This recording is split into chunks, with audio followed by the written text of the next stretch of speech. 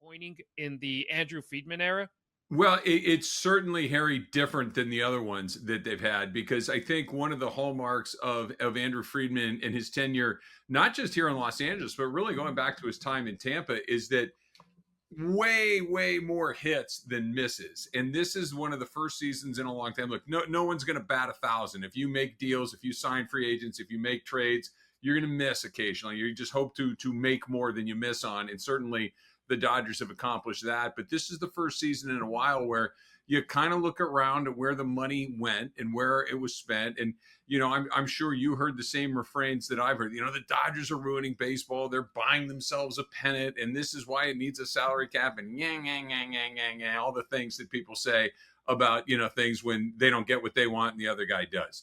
But this is, I said it at the time, and Blake Snell loved it, and Tanner Scott loved it. Kirby Yates loved it. Michael Conforto liked it, and it was all of these sorts of things. But I said in the moments, I said, listen, this usually doesn't work. When you just go out and say, I'll take him, I'll take him, I'll take him, I'll take him. And we've seen it in football, we've seen it in basketball, and now we're seeing it in baseball, that when you go out and try to buy these things, think like the Ravens a million years ago, the Washington at the time Redskins a million years ago, the Lakers with Gary Payton and Karl Malone and those guys. Like, it's like, oh, they're going to run away. It doesn't work. And so it's really hard to just go out in free agency and build these things. Now, it's really early. I still expect Blake Snell to be a big part of what they're doing. I know we're going to talk about this coming up later.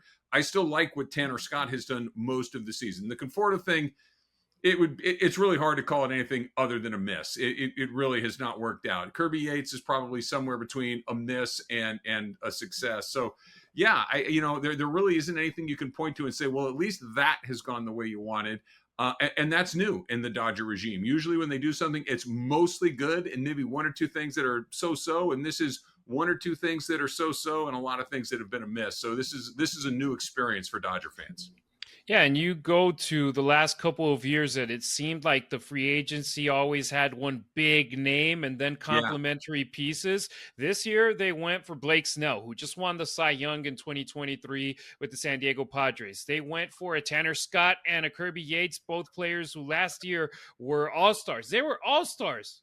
Yep. 2024, and they arrived to the Dodgers with a lot of fanfare. Tanner Scott with a big contract, Kirby Yates on a one-year deal, but you were expecting them to be that back end of the bullpen where I remember back in February and March, we were saying this Dodgers bullpen is going to be unstoppable when you have Tanner Scott, Kirby Yates, you got Blake Trinan, Michael Kopech, who it's going to be pick your poison, and you can use four different closers. Evan Phillips, who unfortunately is hurt and out for the season, but you were like, man, this is a dream right there.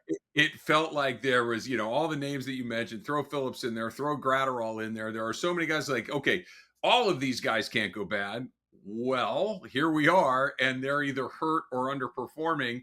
I think that the Yates one was kind of okay, let's see if there's one more good year in there. He's not a young player. He's been around a long time, and he's a good player, but this is not somebody that, was entering their prime. This is somebody who's probably, hoping for another good year or two along the way, trying to jump onto a really good team and see what happens. So that one felt to me more like hey, let's hope that there's a little bit more in there. Relief pitchers are notoriously inconsistent from one year to the next. The reason that Mariano Rivera is Mariano Rivera and Trevor Hoffman is Trevor Hoffman. And really, quite frankly, Kenley Jansen is one of those guys that just are good every year, year after year, really rare. Usually it's good year, bad year, mediocre year, good year. It's kind of all over the map. Tanner Scott has been that for a good chunk of his career. That they went 4 years with him was kind of that's kind of interesting moment. We'll see. I know we'll talk about some Scott coming up in just a bit. The one that I think is, and I don't want to go as far as to say disappointing, because like you mentioned a second ago, Harry, there's still a lot of baseball left to be played, and he could still turn out to be an incredibly important part about what they're doing. Blake Snell, for all intents and purposes, hasn't even played this year. He pitched opening day at Dodger Stadium and was okay against the Tigers. He pitched once more after that and wasn't very good, and we haven't seen him since. He's made 2 starts, and one of them barely lasted, even a couple of innings. So, we really haven't gotten a look at it. Here's what I know about that guy, though. He competes like crazy. He wants to be out there. He is ruthlessly competitive. So I'm optimistic there. Hopefully he comes back soon. We just saw that Glasnow came back, that he's supposedly, not too far off, but I think that's really the big one because we've seen Scott and Yates kind of go up and down a little bit. I think we have more of a visceral reaction. Like Snell, it barely even feels like he's been a part of the team because he just hasn't played at all. Yeah, I remember making the trip for opening day in LA, and it was like, hey, I'm going to get to watch Snellzilla pitch. And Yeah. that's literally been half of his tenure with the Dodgers. He Yep. had a rehab start on Thursday with Rancho Cucamonga, and hopefully we get him back after the All Star break. But like I said, those I mentioned the pitchers right there. We also got Michael Conforto, another free agent signing who has been mostly down than up. Yeah. Hassan Kim, who hasn't received as many opportunities as a lot of fans want him to see, but also he's been out there now for a while, and you see pitchers start knowing what he likes to chase, and they're starting to go and pound the zone in the area that he doesn't like. Roki Sasaki, unfortunate situation as There's well, where another he's one. been injured more than not, but he was another big name that it was like the Dodgers, man, they're getting everybody. And look at those names. Most Yeah. times than not, you're like, hey, that's a great crop of offseason signings. Unfortunately for the Dodgers, being July 11th, they haven't produced much for the team. No, yeah, I'm glad you brought those guys up. I'll be honest, Harry. I had almost forgotten about the commotion that when they signed Sasaki. It's like, oh my gosh, they got another one. Now, I'll say this about Sasaki specifically. People that were paying attention knew that that was a project.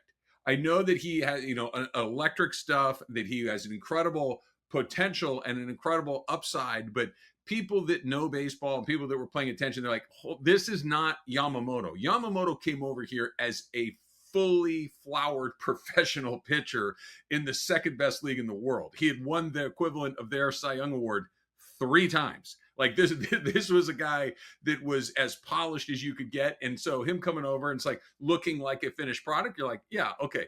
That's not what Roki Sasaki is. He is just getting started. So that he's had a little bit of a up and down flow, I think is to be expected. And I think under perfect circumstances, had the Dodgers not been opening the season in Japan, I don't even know if he pitches in the big leagues this year. They might have started him in the minor leagues and slowly on-ramped him. So I will give him a little grace. Kim was another one that was supposed to be a lot of glove, a lot of speed, and we don't know if he can hit or not. He started the season in the minor leagues. He came up and was pretty successful, but that he's kind of had some up and downs.